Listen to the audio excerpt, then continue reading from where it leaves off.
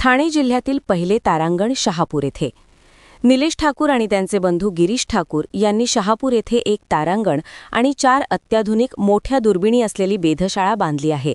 या प्रकल्पाचे उद्घाटन रविवार दिनांक 5 एप्रिल रोजी सायंकाळी 5 वाजता खगोल अभ्यासक डॉ. सोमन आणि आमदार दौलत दरोडा यांच्या हस्ते होणार आहे। निलेश ठाकूर आणि त्यांचे बंधू गिरीश ठाकूर यांना खगोलशास्त्राची आवड आहे। जनमानसात खगोल विज्ञानाची रुची निर्माण व्हावी यासाठी त्यांनी ठाणे जिल्ह्यातील शहापूर येथे 3.5 एकर जागा घेऊन तेथे हा सॅपो प्रकल्प उभारला आहे। ठाणे जिल्ह्यातील हे पहिलेच तारांगण असून सोबत अत्याधुनिक मोठ्या 4 दुर्बिणी असलेली वेधशाळाही त्यामध्ये आहे। खगोलप्रेमींसाठी शहापूर येथील साकडभाव येथे पोकलेवाडी नजीक जुनोनी कोथरा रोडवर हा सॅपो प्रकल्प उभारण्यात आला आहे। नमस्कार मित्रांनो, तुम्हाला एक आज आनंदाची बातमी सांगणार आहे। ती म्हणजे ठाणे जिल्ह्यातील पहिलं तारांगण प्लॅनेटरियम आणि वेधशाळा म्हणजे ॲस्ट्रॉनॉमिकल ऑब्झर्वेटरी ही शहापूर येथे निलेश ठाकूर आणि गिरीश ठाकूर या 2 बंधूंनी तयार केलेली आहे आणि त्याचं उद्घाटन येत्या रविवारी 5 एप्रिल रोजी संध्याकाळी 5 वाजता तेथील लोकप्रिय आमदार श्रीयुत दौलतजी दरोडा आणि माझ्या हस्ते होत आहे। ही आनंदाची गोष्ट आहे। म्हणून प्रथम आपण निलेश ठाकूर आणि त्यांचे बंधू गिरीश ठाकूर यांचं अभिनंदन करूया की खगोलप्रेमीसाठी ठाणे जिल्ह्यामध्ये शहापूर येथे यांनी हे विज्ञान मंदिर उभं केलं आहे। म्हणून आता या तारांगणामध्ये प्लॅनेटरियममध्ये 56 सीट्स आहेत आणि अर्धा ते 1 तासाचे कार्यक्रम हे मराठी, इंग्रजी, हिंदीमधून करण्याची तिथे सोय आहे। अद्ययावत आधुनिक असं हे तारांगण प्लॅनेटरियम त्यांनी उभारलेलं आहे। तसंच जवळच वेधशाळा आहे, ॲस्ट्रॉनॉमिकल ऑब्झर्वेटरी आहे। तिथे 4 मोठ्या दुर्बिणी आहेत आणि या दुर्बिणी व्हायब्रेशन होऊ नये म्हणून कॉन्क्रीट पिलर्सवरती बसवल्या आहेत। त्यापैकी एक दुर्बीण सूर्याकडे लावलेली आहे। दिवसा सौरज्वाला सनस्पॉट आपल्याला पाहता येतात आणि रात्री इतर 2 दुर्बिणी आहेत त्या संगणकाला जोडलेल्या आहेत आणि प्रोजेक्टरच्या साहाय्यानं मोठ्या स्क्रीनवरती आकाशात जे ऑब्जेक्ट दिसतं ते स्क्रीनवर आपल्याला पाहता येण्याची तिथे सोय आहे। तशीच 4थी जी दुर्बीण आहे ती सुद्धा मोठी आहे आणि त्यातून सुद्धा गुरुचे 4 चंद्र, शनीचे वलय, देवयानी दीर्घिका आणि आकाशातील इतर अनेक गोष्टी पाहण्याची सोय तिथे आहे। अद्ययावत अशा ऑब्झर्वेटरी, ॲस्ट्रॉनॉमिकल ऑब्झर्वेटरी या ठाकूर बंधूंनी शहापूर येथे केलेली आहे। अर्थात तिथे राहण्याची पण सोय, ज्यांना रात्रभर आकाश दर्शन करायचं आहे त्यांच्यासाठी जेवण्याची खाण्याचीसाठी कॅन्टीन आहे आणि सेल्फी पॉईंट्स पण आहेत आणि सभागृह आहे जिथे प्रदर्शनाची सोय आहे। तर मित्रांनो, महाराष्ट्रामध्ये ठाणे जिल्ह्यामध्ये हे पहिलं तारांगण म्हणजे प्लॅनेटरियम आणि वेधशाळा म्हणजे ॲस्ट्रॉनॉमिकल ऑब्झर्वेटरी ही निलेश ठाकूर आणि गिरीश ठाकूर या 2 बंधूंनी तयार केलेली आहे आणि त्याचं उद्घाटन येत्या रविवारी होत आहे। आपण त्यांचं अभिनंदन करूया। 750626626666 किंवा 7506322322 या दूरध्वनीवर ठाकूर बंधूंशी संपर्क साधून नावे नोंदवूनच खगोल विज्ञान प्रेमींनी या सॅपो प्रकल्पास भेट देता येणार आहे। अत्याधुनिक तारांगणामध्ये 56 सीट्स असून तेथे अर्धा ते 1 तासांचा मराठी, हिंदी, इंग्रजी भाषेत खगोलशास्त्रीय माहितीचा शो दाखविण्याची सोय आहे। वेधशाळेत 4 मोठ्या दुर्बिणी कॉन्क्रीट पिलर्सवर बसविण्यात आल्या असून आकाश निरीक्षण करताना एक बटन दाबून स्वयंचलित छप्पर मागे नेण्याची सोय करण्यात आली आहे। 16, 14, 10 आणि 6 इंच व्यास असलेल्या आरशाच्या दुर्बिणीतून आकाशातील वेगवेगळ्या गोष्टी निरीक्षण करण्याची सोय आहे। सोलर फिल्टर लावलेल्या एका दुर्बिणीतून दिवसा सारडा, सौरज्वाला निरीक्षण करता येतात। 2 दुर्बिणी संगणकाला जोडलेल्या असून त्यातून दिसणाऱ्या गोष्टींचे छायाचित्रणही करता येते। तसेच प्रोजेक्टरच्या सहाय्याने पडद्यावर ती गोष्ट दाखविण्याची सोयही तेथे उपलब्ध करून देण्यात आली आहे। दुर्बिणीतून गुरुग्रहाचे चंद्र, गुरुग्रहावरील पट्टा डाग स्पष्टपणे दिसतो. शनिग्रहाची वलय, देवयांनी दीर्घिका सुंदर दर्शन देतात. रात्रभर आकाश निरीक्षण करता येते. रात्री झोपण्यासाठी स्वतंत्र खोल्याही बांधण्यात आल्या आहेत. ग्रुपची डॉर्मेटरी आहेत. या सॅपो प्रकल्पात प्रदर्शन हॉल आणि सेल्फ पॉइंट्स देखील आहेत. आकाशदर्शन घडविण्यासाठी स्वयंसेवकही आहेत.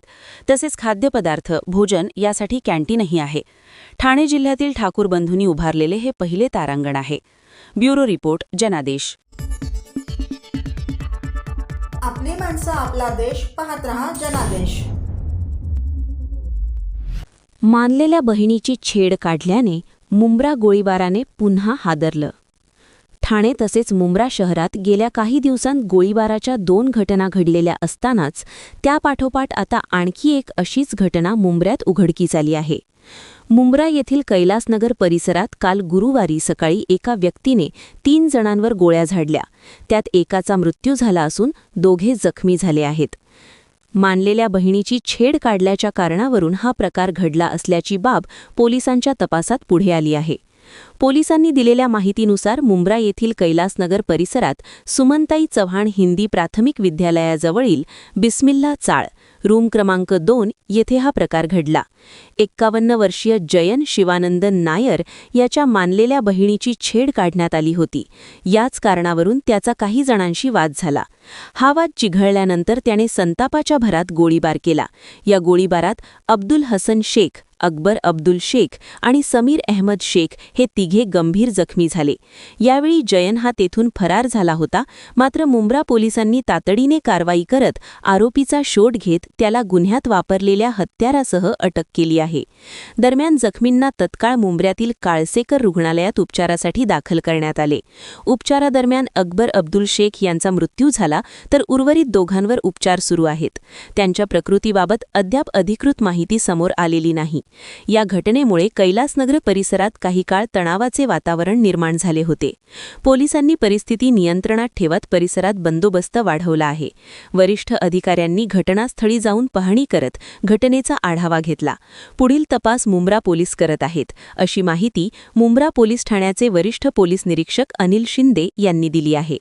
काही दिवसांपूर्वी मुंब्रा येथील कौसा भागात नदीम खान उर्फ बाबा खान याच्या कारवर गोळीबार झाला होता. या घटनेनंतर पळून गेलेल्या आरोपींना पकडत असताना आरोपींनी पोलिसांच्या दिशेने 5 गोळ्या झाडल्या होत्या. गोळीबारमध्ये 2 व्यक्ती जखमी झाले होते.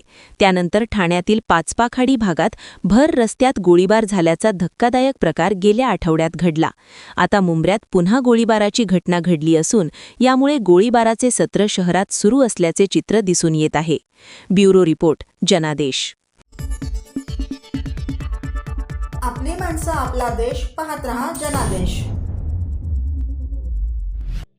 ठाणे महानगरपालिकेचे मालमत्ता कर म्हणजेच प्रॉपर्टी टॅक्स भरण्याचे आवाहन. सन 2022-23 या आर्थिक वर्षाचे मालमत्ता कराचे म्हणजेच प्रॉपर्टी टॅक्सचे बिल ठाणेकर करदात्यांना महापालिकेमार्फत आर्थिक वर्षाच्या सुरुवातीस म्हणजेच माहे एप्रिल 2022 मध्ये देण्यात आलेले आहे. तथापि अद्यापही काही करदात्यांनी मालमत्ता कर महापालिकेकडे जमा केलेला नाही. सध्या आर्थिक वर्षाचा अंतिम टप्पा सुरू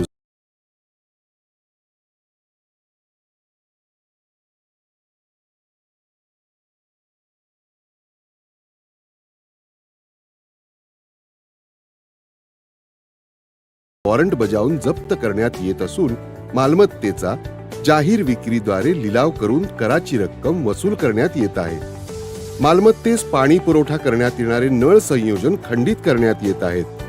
त्याचप्रमाणे थकीत मालमत्ता करावर 2% व्याज आकारले जात असल्याने भरावयाची रक्कम वाढत आहे. आपला मालमत्ता कर propertytax.thanecity.gov.in या लिंकद्वारे तसंच गुगल पे, फोन पे, पेटीएम याद्वारे ऑनलाईन पद्धतीने करण्याची सुविधा उपलब्ध करून दिली आहे.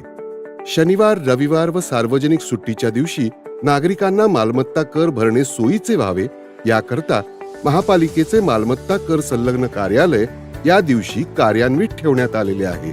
तरी मालमत्ता कर वसुलीची अप्रिय कारवाई टाळण्याच्या दृष्टिकोनातून मालमत्ता कर भरून महापालिकेस सहकार्य करावे.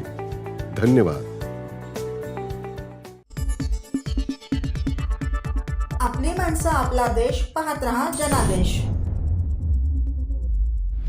राज्यातील सर्वात मोठे निरूपणकार आप्पासाहेब धर्माधिकारी नाट्यगृह वाघबीळ येथे उभारले जाणार. ठाणे शहर झपाट्याने विस्तारत आहे. ठाणेकरांच्या मागणीनुसार मनोरंजनासाठी घोडबंदर वाघबीळ येथे राज्यातील सर्वात मोठे तीर्थरूप निरूपणकार आप्पासाहेब धर्माधिकारी नाट्यगृह उभारण्यात येत आहे. सुमारे 2500 प्रेक्षक क्षमतेचे हे नाट्यगृह सांस्कृतिक क्षेत्रासाठी एक मोठी देणगी ठरणार आहे, अशी माहिती परिवहन मंत्री प्रताप सरनाईक यांनी पत्रकार परिषदेत दिली. सदर नाट्यगृहाचे भूमिपूजन महानगरपालिकेच्या निवडणुकीच्या पूर्वीच करण्यात आले आहे, परंतु निधी अभावे या नाट्यगृहाचे काम रखडले होते. आता राज्य शासनाने या प्रकल्पासाठी एकूण 138 कोटी रुपयांचा निधी मंजूर केला असून त्याचे कालच शासन निर्णय काढण्यात आला आहे. पहिल्या टप्प्यात 85 कोटी तर दुसऱ्या टप्प्यात 53 कोटी रुपयांचा निधी वितरित करण्यात आला आहे. यासाठी उपमुख्यमंत्री एकनाथ शिंदे साहेबांचे मी आभार मानतो.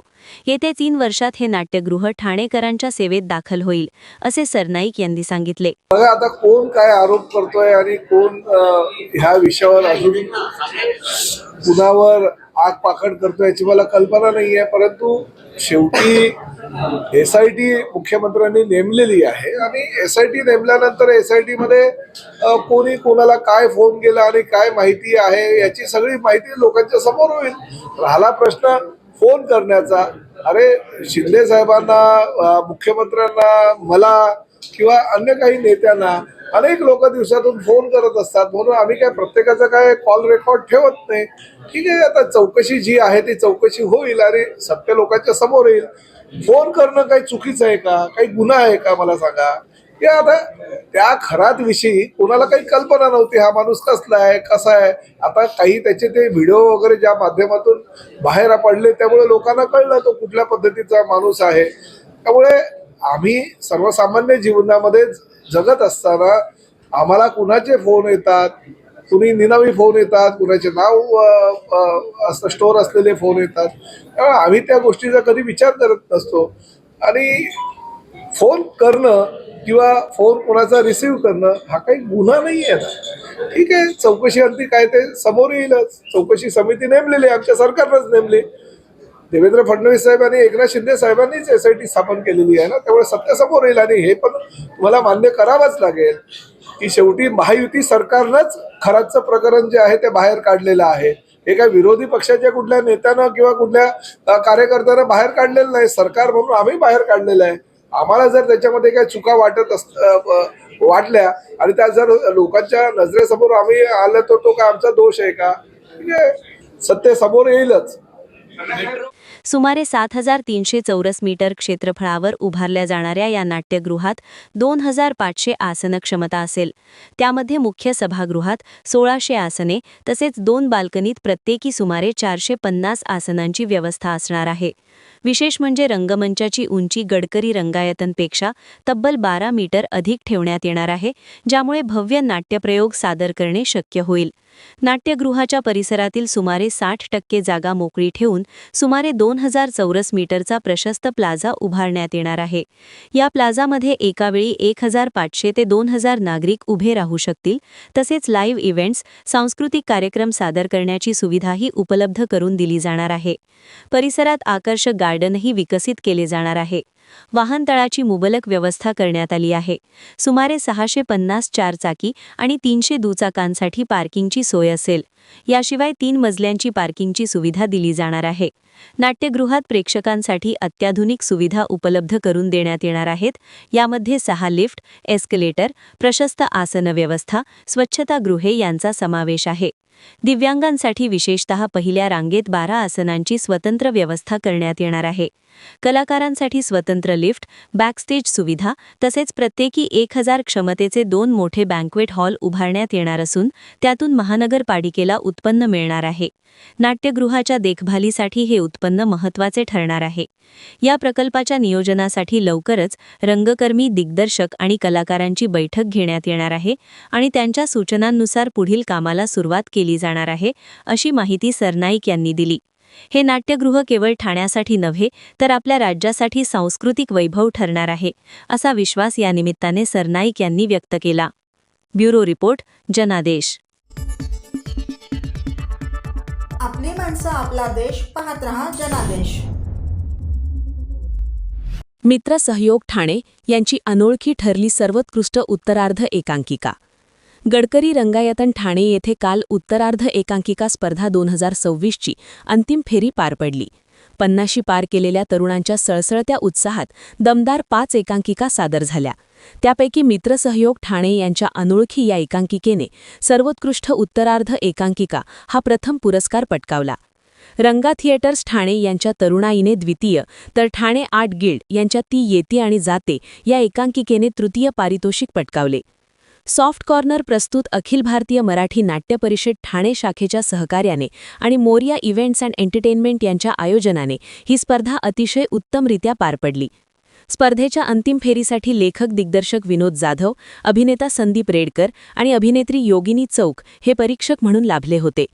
तसेच लेखक दिग्दर्शक विशाल कदम, दिग्दर्शक अनिल बांधिवेडेकर, अभिनेत्री शीतल कुलकर्णी रेडकर, ज्येष्ठ अभिनेत्री संजीवनी समेळ, अभिनेत्री संपदा जोगळेकर, नाट्य परिषद ठाणे शाखेचे पदाधिकारी नरेंद्र बेडेकर, विद्याधर ठाणेकर, सॉफ्ट कॉर्नरचे MD व CEO दिलीप कुलकर्णी आणि मिसेस कुलकर्णी यांच्यासह ठाण्यातील अनेक मान्यवर उपस्थित होते. 50शी पार केलेल्या स्पर्धकांचा उत्साह आणि उत्तम विषयांची निवड करून केलेली सादरीकरणे पाहून उपस्थित मान्यवर, परीक्षक आणि पाहुण्यांनी समाधान व्यक्त केले. अंतिम फेरी पाहण्यासाठी प्रेक्षकांनीही मोठी गर्दी केली होती.